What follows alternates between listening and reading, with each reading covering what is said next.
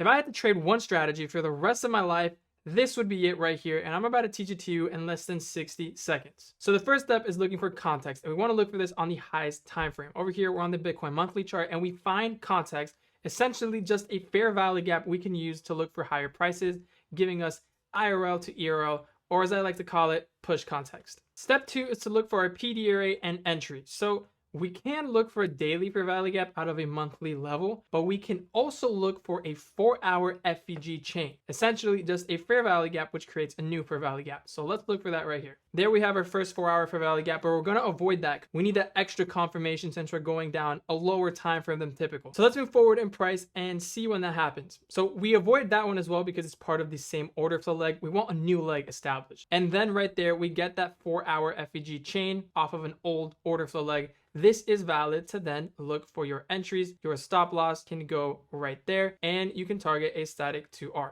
As we move along forward in price though, notice how we have a daily fair value gap below.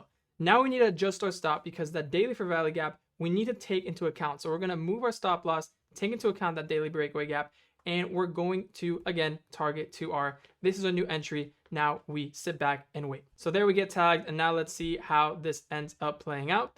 And there is 2R hit.